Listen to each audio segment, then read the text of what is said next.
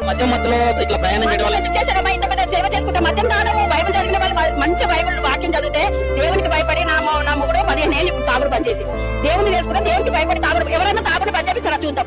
ఎవరు బంద్ చెప్పలేరు నాన్న. తాగుడు కానీ వ్యభిచారం కానీ ఎవరు బంద్ చెప్పి దేవుని దగ్గరకు వస్తే ఆ మనిషి కంపల్సరీ మారుతారు నాన్న.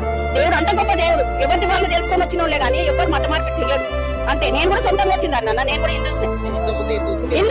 నాకు ఇట్లా దేవుడు వచ్చే బోనాలు వచ్చి ఆడేదాన్ని నేను. కానీ బైబిల్ చదువు నా బాబు కొంట్లో బాగాలేక నేను దేవుని దగ్గరికి వెళ్ళి బైబిల్ చదవడం వల్ల అందులో నాలో నుంచి వెళ్ళిపోయి నేను దేవుని నమ్ముకున్నా. బైబిల్ చదివినాక సత్యం తెలిసినాక ఇంకేమంటారంటే క్రైస్తవ అయితే ముండరాలు అవుతారు, పొట్టు తీసేసారు, కాదు ఎవరు తీయమని చెప్పారు నాన్న. అది చదివినాక ఎట్లుంటదంటే మనకి ఈ ఆకాశం కింద ఉన్నదంతా చెత్త అని ప్రసంగి గ్రంథకుడు రాసింది.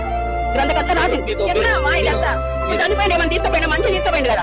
ఏమి రాదు మన ఎప్పటి బంగారం రాదు, ఏది రాదు. కానీ మా అంతకు మేమే చేయాలి. కానీ ఎవరు మత మార్పిడి చేయరు నాన్న. ఎవరు చెయ్యరు. ఎవరు నువ్వు చెప్తే నువ్వు వచ్చేసావు, నేను చెప్తే నేను వస్తానా. ఎవరు రారు. అది బైబిల్ కరెక్ట్